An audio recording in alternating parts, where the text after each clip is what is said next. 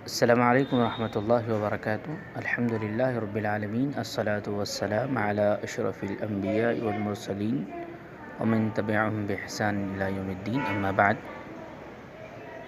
نئے سال کا جشن منانا یا جشن منانے والوں کے ساتھ شامل ہونا کیسا ہے؟ اس سوال کو لے کر اہل علم نے بہت اہم جوابات دیے ہیں۔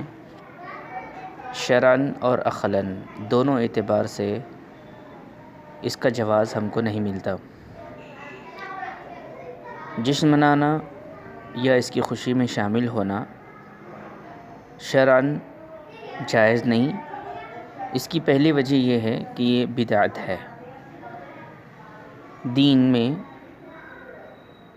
عید کو شرعاً خوشی منانے کا دن قرار دیا گیا اور اس کا وقت مقرر کیا گیا، اور سال میں 2 دن عید الفطر اور عید الاضحیٰ کی روشنی میں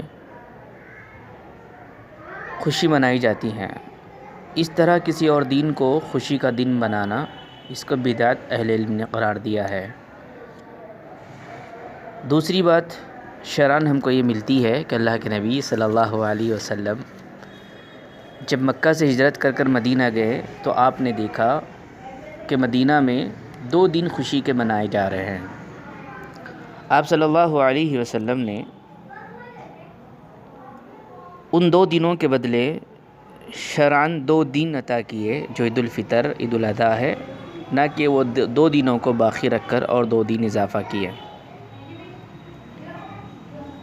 اس کے علاوہ بہت سارے فتاوے ملتے ہیں، جس میں سے ایک بات یہ ہے کہ یہ ہر قوم کی ایک عید ہوتی ہے، اور یہ مسلمانوں کی عید نہیں ہے بلکہ کفار کی عید ہے، اور ان کی مشابہت کرنا، اللہ کے نبی صلی اللہ علیہ وسلم نے کہا من تشبہ بقوم فہو من، وہ ہم میں سے نہیں ہے۔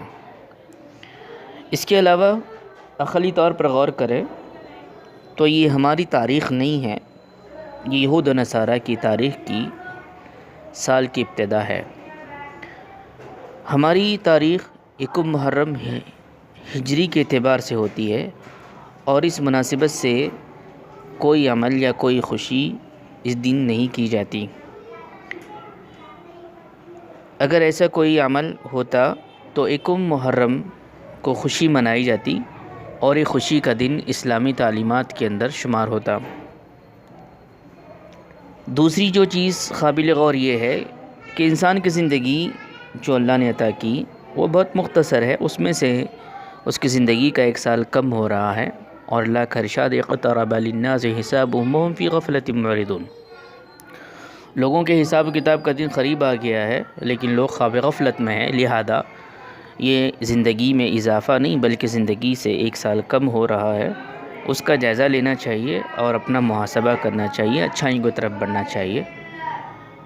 اللہ تعالی ہم تمام کو اسلامی تعلیمات کو سمجھنے اور اسی کے مطابق خوشی منانے کی توفیق عنایت فرمائے۔ آمین ثم آمین، وآخر دعوانا ان الحمد للہ رب العالمین۔